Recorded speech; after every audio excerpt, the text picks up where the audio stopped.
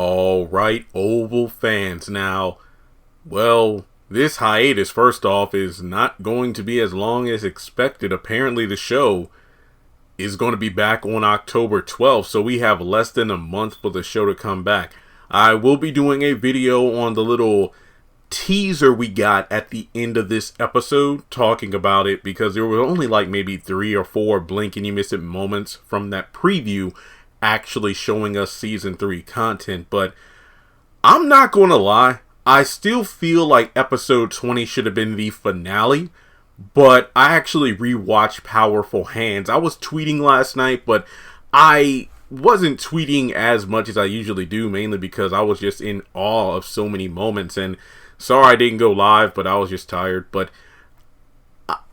I would give this episode a 10 out of 10. Now, I still say that episode 20, I would probably watch that episode more than this one, but I think Bill Duke, obviously legendary actor. I can't believe I'm saying this, but I feel bad for Victoria because so many people ripped into her ass this episode.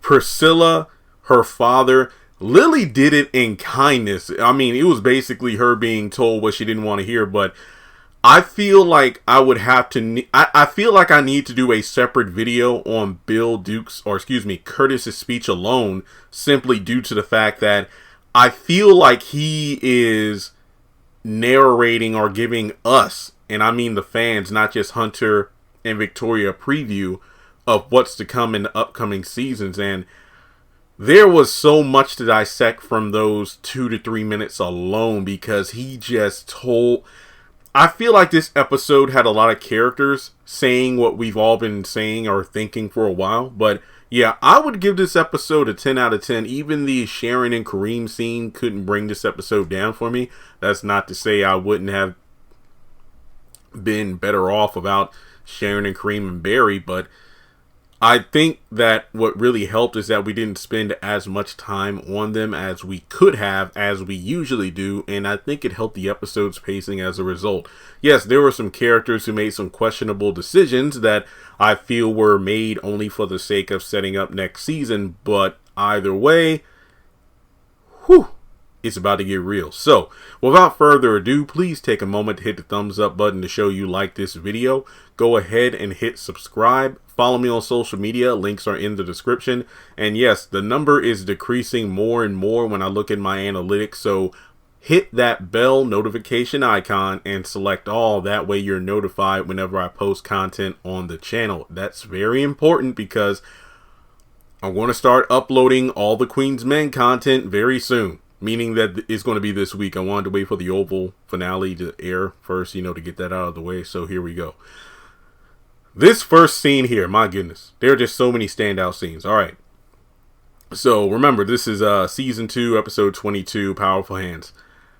Poor Richard just tries to de-escalate the situation. Oh, ma'am, it's just, working the long hours and everything that's been going on. She's just been stressed.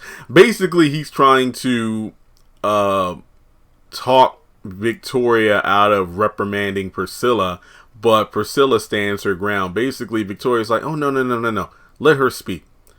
So Priscilla just goes in from, my husband said you came on to him, and yes, it was so easy. Oh, no. But she just goes on. You're tired, you're wicked, you're cruel. You're the meanest, most evil first. Oh, we've had some crazy first ladies before, but you take the cake. I mean, you're so unloving. Look, that's why your children the way they are.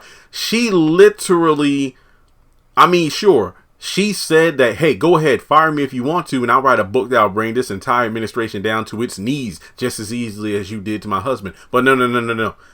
That statement aside, it's not the fact that she said she would write a book. It's the fact that she read Victoria like a book. And I love how Richard just like in the preview, Richard took that knife, put it over on the other counter across the kitchen because he knew shit was about to go down. And then when Richard was like, no, she just needs to go home for the day to rest. Isn't that right, Priscilla? Oh, yeah, she can go home today. and the next day and the day after that. Oh no, you know what? Yeah, I want to take the rest of the day off, and maybe I want to take the rest of the week off. But Go ahead, fire me if you want to. But where's Jean, huh? Where is Jean? Don't F with me. And then she walked out of the kitchen. Victoria is just like, this heifer. You know, you could just tell that's what she's thinking based on her face. And then Richard's like, I'll go ahead and make that tea, man. Shut the F up, Richard. Well, ain't this a bitch? What?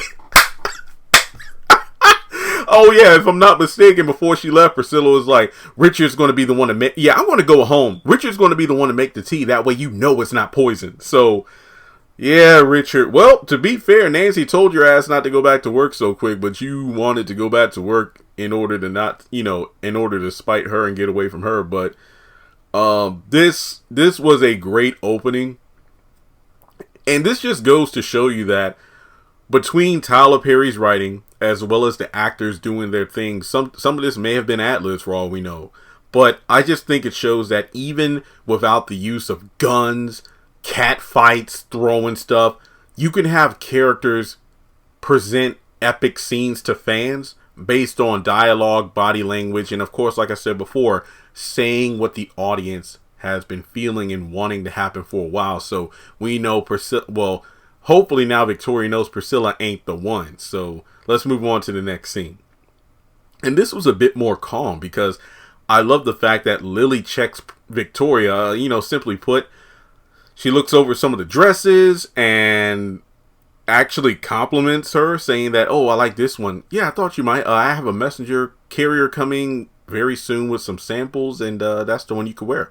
So she gets up to leave, and Victoria, you know, basically tries to, you know, control the situation as usual, but it's like a halfway compliment, you know, like saying, what did she say? I like your morale. I like your something other. And Lily actually kind of checks her by saying, well, you could be a bit more feminine because you carry a lot of masculine energy. You know, you need to learn how to walk in heels, utilize your makeup to not feature your jawbone so much, and just basically tone it down a bit. This kind of gave me, and I want to make a couple of have and have not vibes. I mean, couple of have and have not comparisons here, but remember when Maggie Day was first introduced and she literally told Veronica that she was too flashy and to tone down her wardrobe? And remember, if you look at Veronica from early season 1, she really was flashy in how she did things, from like the Wilma Flintstone size pearls and, you know, all the frills and, you know, just basically in the poofy clothing. But then it got toned down once Maggie told her about it. So I think with Lily, she basically was giving some advice like, hey, you said you want to be girlfriends, you know, gal pals, and it's not just going to be me sitting here and listening to you. You need to learn how to listen yourself, because it's a benefit to everyone. So I just love the fact that Victoria, maybe it had to do with Priscilla ripping her a new one, but the fact that she was actually willing to take advice. I mean, that's not how a friendship works. I mean, you were just looking for a confidant, but that's it. And no, I am not going to sing the Golden Girls theme song, but I really like this scene because it established that if Victoria would open up a little bit more, and by open up, I mean open up in order to let people in to talk, and as opposed to just, you know, talking to people. But I can't really blame Victoria, because based on her personality and whatnot, one would assume like she's used to having a Lily. What I mean by that is a person in Lily's place who just takes orders and whatnot, but Lily made it known, no, I'm not just going to do that. I mean, what's going to happen is, if we're going to be friends, gal pals, you're going to listen to me, I'll listen to you, and then we'll go from there. So when Lily left to go get the dresses, Victoria's like, I'll go with you. That way you can teach me how to walk in heels. I like that moment. It was a good moment. So we go over to Alan walking into Donald's office, telling him that, I didn't know that it was Agent Flint. So Kyle's on the line, and look, I don't really like how Tyler Perry's trying to do this by giving Kyle some kind of morality by not wanting to abduct a child. I believe the child's name, MJ, is the son of Max. Honestly, I thought it was Bobby's kid, but no. MJ is the little boy he has to abduct, and this is Max's son. So this is kind of weird, though, because if I'm not mistaken, wasn't it mentioned at the beginning of season 1, I think, after Diane had Max moved out of the hospital, because remember Kyle basically killed Yuma and, shot the hell out of Max and then, left him for dead. So then when he got rescued, he was talking to Bobby and whatnot about how he was getting a divorce, and his son and wife went to her sister's house. I thought it was out of state, so I don't know exactly where did they go to find his son. But in any case, he calls Donald saying, are you sure you want to do this? And basically he's like, look, this is a matter of national security, Kyle. So Kyle takes a snort of some coke and he does what he has to do. Jason stops in Alan's office, just basically saying, I tried to hurt her. Basically saying, hey, I tried to hurt Ellie for you, but somebody hit me. And this was mistake number one. Why the hell did Alan tell Jason that I was the one that hit you? I thought we were friends. And basically, this is what you don't want to do to somebody who's off their rocker. I was never your friend. You need help. You're crazy. Your parents are right. You need to be sent away. He just goes in, he's saying all the wrong things, and he's like, you're going to be sorry. And basically, if Alan would have just stalled the conversation as he usually does, he would have been able to hold off Jason just long enough for Donald to walk in and send Jason away. And then that's when he tells Donald everything from, look, the boy's crazy. He's the one, he said, he asked me to kill his father. He knows where the weapons are. I don't know how he knows all these things. And look, I'll tell his parents, they aren't going to do anything. Remember where you are. And I'm like, man, fuck that. He tried to kill Ellie. But anyway, from there, Barry calls one of his contacts. And this obviously, based on dialogue later, is somebody from Picky's, turf. Because remember, Picky was killed and, Barry used to be in that life, but Richard took him out of it, so he knows these people. So basically, Barry calls to get a crew together to go to the Rakadusha compound to get Callie, and he mentions, and I feel like this is a bad thing, he tells him about how Ruth had over $100,000 that he brought to them. I was brought to the compound, and it's there, so we go there, get my daughter right now, and the money, you all can have it. So he said he'll go over there to meet up with him ASAP. Nancy talks to him basically saying, look, your dad took your keys, that way you won't go out there and do anything stupid like go back to that compound by yourself. And Barry basically says, I'll get somebody to take me. And Nancy, again, tries to calm him down, but I feel like this is why this episode is a 10 out of 10. It wasn't a long, drawn-out scene like previous episodes would have done. He basically throws it in her face about how this is all your fault in the first place, yada, yada, yada. And then Nancy's like, oh, this boy. And I mean, really, what else could she do at this point? Because Barry gonna do what Barry gonna do. And we're introduced to the guy from the preview, Vince. And as soon as I heard the name, I thought about Vince LaSalle from Recess. But this dude isn't black. Apparently, he's somebody who knows Donald and Kyle from the past. He is gay, based on some dialogue here. But more to the point, Donald wants a hit placed on Dale and to have it look like it was a robbery. He works at the pharmacy. And after the hit, Vince asks if they can meet up again and spend some time together at the Rwanda Hotel, just like old times. And Donald's like, sure, as soon as you get the hit done, we'll meet up.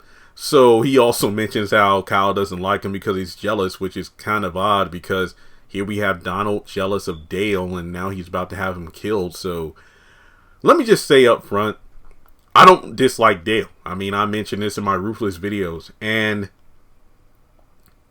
well, when you think about it, and if I could be wrong here, based on this episode, if Dale wasn't gunned down, and technically speaking, we don't even know if he's actually dead, but one could assume he is based on the number of shots to the body he took, there would have been no death in this episode. And to be honest, it really wouldn't have mattered. This episode was solid. Not every finale has to have bloodshed in order for it to be a good one.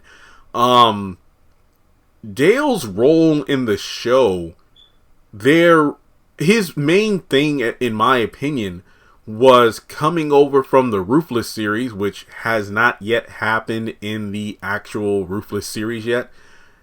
Go over to the Oval and give exposition to some of the main characters about the Rakadushi. He gave it to Sam, and then he told Richard the location and everything. And from that point, Dale had served his purpose. Also, for people asking, how is it only 2 people running that pharmacy, Sharon and Kareem? They ought to get some more employees. Well, he did fill in that role quite nicely, but unfortunately, well, we'll get to that. But I don't think he needed any more purpose to the story other than that, because let's talk about the next scene here.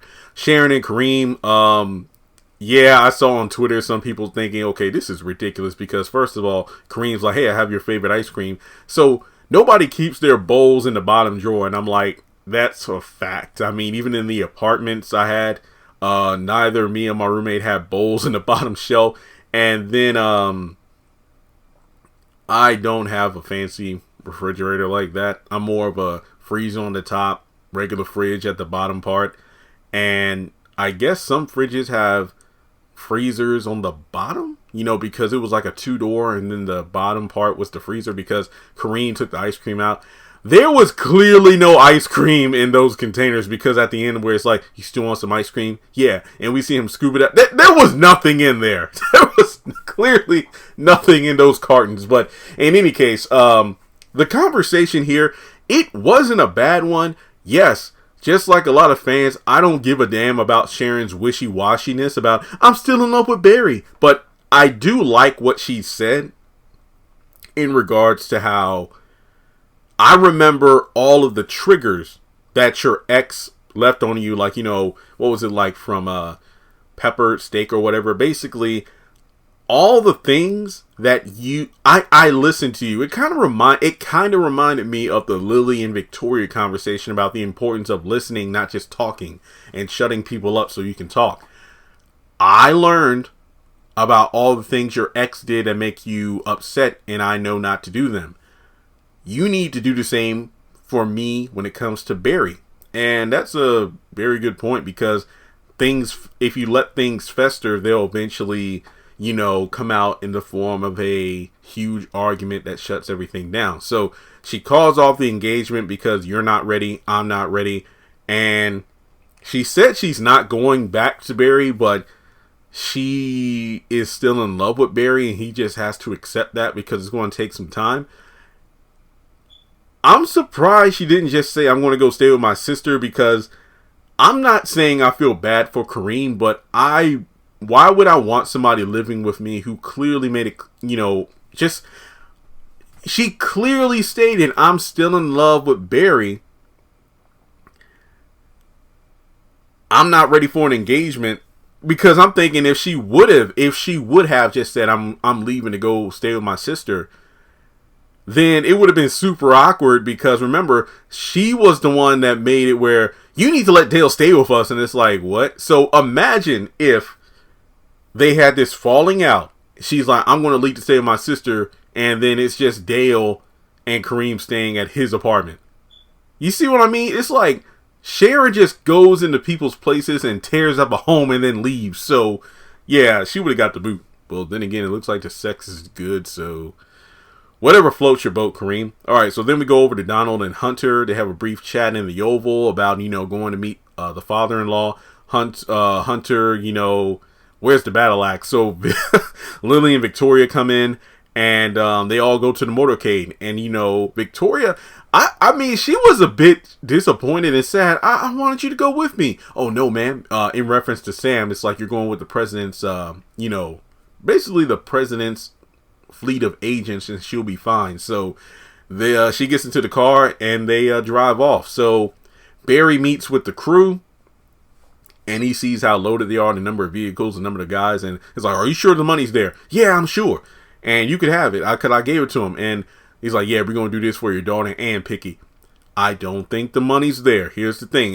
In Ruthless, and I mentioned this before, we don't know about the cartel, if they've come after the highest yet for money due to the fact that Lilo's dead and they owe money. So for all we know, the money that Ruth gave over to the compound, that could be gone already. Like, the money could have been funneled to other resources. I don't know. It's just one of those things where Barry thinks he knows, but he really don't know. So imagine if they go to the compound and the money's not there, or they just all end up dying. It ain't going to be too good for Barry. So it reminds me of Have and Have Nots, where Candace got Warlock to get him and his crew to get Jim Cryer, get the money, $7.4 million, but then she said it was only a couple 100,000, and shit ended up weird. So we go over to my favorite scene of the episode, and like I said, I will probably do a follow-up video specifically talking about this scene, but Curtis just goes in. You're a disappointment, Victoria. You're a horrible daughter. And then the way he spoke to Hunter, I mean, as a black man, I'm like, that's really it. The all-American white boy. Tall, handsome, dumb as a brick. I handed you the White House, and look what you did with it. So, alright. I don't really need to say much because he knows everything. And I thank the Lord that he knows about the way his wife died, because I'm like, the private jets, I'm like, ain't nobody had no cameras on there. Nobody did any kind of like DNA test. It's like, how in the hell did she get strangled? But nobody like, wait, how did she strangle? I don't know. I know Jason gave a half-assed story, but I'm so glad he knows that Jason did it. So he's basically like, you know what you do with a cockroach? You kill it. So I'm like, damn. They ain't above killing. These people are not above killing whoever it is, if it's gets them one step closer to their goal. Going back to season 1, I think it was called The Fishbowl, where Gail talked about how she had uncles who did stuff to her. Now I'm thinking that, shit, for all we know, this could have been Victoria's side of the family that, you know, probably molested her and whatnot. But in any case, he knows about the sloppy cover-ups. Amateur hour. It's like, from the girl who got decapitated to your son killing the maid. Sloppy. I mean, I rewatched the scene 4 times and I did not get sick of it because the delivery was on point. I loved every second of it. But here's the part that got me. He basically says, your mother and I, we're tame compared to these other people. The ones who want the authority, it's all about money. We don't give a shit about America. So when I die, you have nobody to protect you. The markets will crash because they'll realize I was the one holding everything up. All Hunter had to do, put the right people in the positions his father-in-law told him to, go to a couple meetings. But no, what kind of viper are you? All you think about is sex. So he basically says, they're coming after you. You know, like, they're going to put an embarrassment on my name and my legacy. They're going to assassinate you. They're going to take control, and not necessarily in that order, meaning that after I'm gone, you could be killed at any moment, anytime. It's going to be, I don't know. Like he said, it will either be, you know, an administration embarrassment, assassination. It's all going to come down on their head. Basically like the walls of Jericho. Once he's gone, it's done. So essentially, that sets up season 3. That's why we're going to have like the vice president and second lady. And, you know, it's going to be wild, guys. I can't wait to see it. I really do like this scene so much. So after that, he basically tells him to leave. That's just crazy, though. It's like Victoria tried to say, well, I tried to tell him that you would do it, but he said he'd do it himself. I don't care. Because Victoria should have just made the phone call. And it's like I said, these cover-ups have been so damn sloppy. Every single one of them. So then we go over to Martin and Sam. And then speaking of people who had, you know, a new one just chewed out, Martin basically chews Sam out for the fact that, you know, you cheated on a loving wife. Yeah, because we're having sex. So you decided to screw the first lady? Well, I've been beating myself up about beat your meat instead of beating up yourself. This episode was so full of zingers and it was hilarious. So it's like you never put your dick in the cash register. Okay. So he says, do you think that this kid Jason killed the maid Jean? My gut feeling tells me so. Well, that's not good. Go ahead and get all the evidence you can. Give it to me so we can use that against them. So I love how he chewed out Sam first, but it's like, okay, let's get to the bigger picture here. So he says, go back home, work things out with your wife. Then he brings out Blakely, Bobby, and another key moment of this episode. This was a small scene, but I really liked it. When Max came out of the back and he and Sam kind of embraced each other. Because remember, Sam thought that Max was killed. So to actually see Max alive again, I just love that moment. It was really good. Like, seriously, I really love that moment. So he pretty much breaks down the fact that, the maid was dead. Denise, the woman who was found decapitated and whatnot, and used Max and Yuma as fall agents for that cover up. Diane was found with a heroin overdose in her apartment, and then they're like, yeah, we know that's a lie. So it seems like, Max and Bobby are now aware that Diane is dead. So from there, it's like, look, you all are the only ones who know all this information that can bring down the current administration. As the president, his father-in-law, all these people are covering it up. Now, remember, they don't know what Victoria's father just told Hunter and Victoria. So as soon as he dies, all this protection and these cover-ups, it's all going to be exposed anyway. So this little crew here, it's interesting because while they'll be trying to take down the administration, you have all these other parties who are going to come out of the woodwork to try to take them down themselves. So it's pretty interesting. So he basically says, look, people are going to be out there to destroy you, so watch your back. Here are some phones. Use them amongst this group. Don't call anyone else aside from the people in this room. I want to leave the way I came in. And I'm thinking to myself, this fool Bobby, if he calls Lily, oh my God. So, after that, Sam and Priscilla need to go to work as usual. So I guess this means Priscilla won't take the rest of the week off like she said.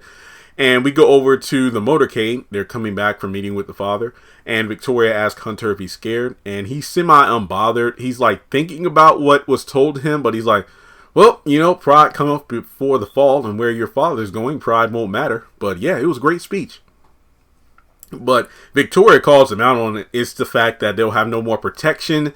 Like, what are they going to do? And she's trying to make, the next move, the best move. But, Hunter's in his feelings about it because Victoria starts to chew him out. Then they start fighting. Then the motorcade has to stop.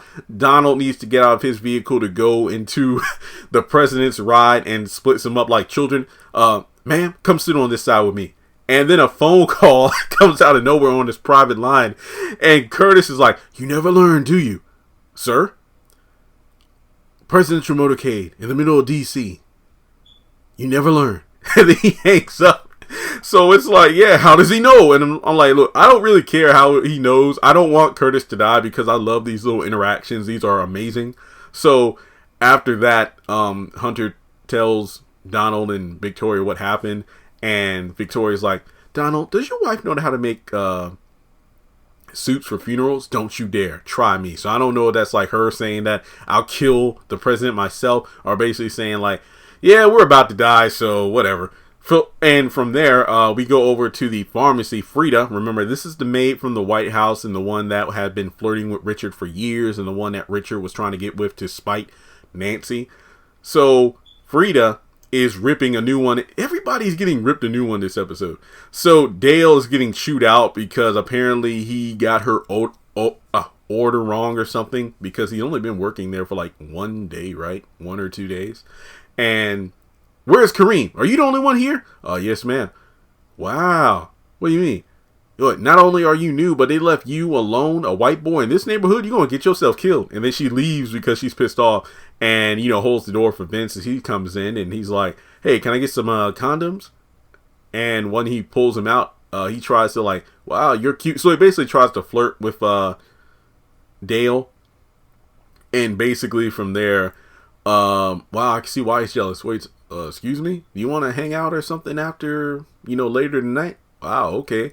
Oh yeah, I'm going to need some lube. So he gets the lube out. And how much is it going to cost? And then he just pulls out a gun. Wow, you're cute. Thank you. I don't know what you're talking about. Oh, I see it. So he shoots him like 3 or 4 times. And then he falls over. Vince looks over the counter, and then he just leaves. And then Frida comes in saying, oh, you know what? There is one more thing. It's like, where'd he go now? So I'm like, wait, did Frida not see Dale? I don't know. So we go over to the ride that Blakely's driving, Max in the front seat, Bobby in the back seat. And then I guess Bobby is confused by this technology. It's like, yeah, it's a newer phone, Bobby. Well, these calls can be traced. Every call can be traced. I'm going to call her now. Don't you dare. Because this dumbass is about to call Lily. And then Blakely was like, so when was the last time you contacted her? What do you mean? Because we're being followed. Wait, that's not a car trailing us. And then they get ran off the road by Kyle and his vehicle. And I think it's Kyle and about 3 or 4 other agents. And a shootout begins. And he basically tells Max to stand down and walk away. Or he'll never see his son again. So, they tell Max not to respond. So they just fire, basically don't yell out or anything. Just fire guns. So Bobby, remember, him and Max have their own secret mission. Bobby looks in the trunk, gets one of his bigger guns, and he, takes a couple shots before going after Hunter, because Blakely's like, wait, where is he going? He's going after the president. So after that, Max manages to skillfully shoot a couple of agents, and then it's just basically, I think, a 2-on-2 at that point. Kyle and the other agent and Max and Blakely, basically they carjack someone. Hey, get out of the car! And then they throw this innocent person in the street. I hope the person who owned the car didn't get shot in the middle of that. So him and Blakely end up speeding off into the night. And we get over to the final scene where this tells you how serious it is, because the credits already started rolling before we actually got to the end credit teaser. So the motorcade rolls up to the White House. Donald lets Victoria out, then Hunter get out, and then they're being escorted into the White House. And then the shooting begins, obviously, from Bobby. And then, after a couple of shots, they hold the president and first lady down, and we see Hunter's hand being bloody. So I guess he was shot, and, he, touched his body where he was shot, and that's how his hand's bloody. And then the episode ended. But guys, I was actually really impressed with this episode. I think because last week was kind of lackluster, that this episode had big shoes to fill. It's a toss between this and episode 20. I think there were just so many scenes in this episode that were really well done, from the acting and dialogue, as well as foreshadowing what's happening next. This is definitely rewatchable. I will definitely watch this maybe once or twice more before the show returns October 12th. And like I said at the beginning of this video, all the Queen's Men content is coming this week. Christian Keys actually posted on Instagram about it, how he didn't want people posting on Instagram spoilers and whatnot, or they'll get blocked. And we chat from time to time. And there are people who have reviewed the show, so I wanted the Oval hype to die down, because look, you gotta look at it from my perspective as a content creator. This week, the Oval is gone, meaning that I have nothing else to review. I have our kind of people coming out, I believe, next week. And I'll have other videos to do, but I wanted to maximize my views. So I'll release a few All the Queen's Men videos. I'm not going to release all 10 videos at once, because that'll just be way too much for people to take in, because they're, 20, 30 minute long videos. So they are coming. Don't worry. And with the Oval, I got some follow-up videos I'll do, but, I'm going to mix and match All the Queen's Men in the Oval for the next few days. So with that being said, thanks so much for tuning in. Let me know your thoughts on the Oval finale, and I'll catch you in the next one.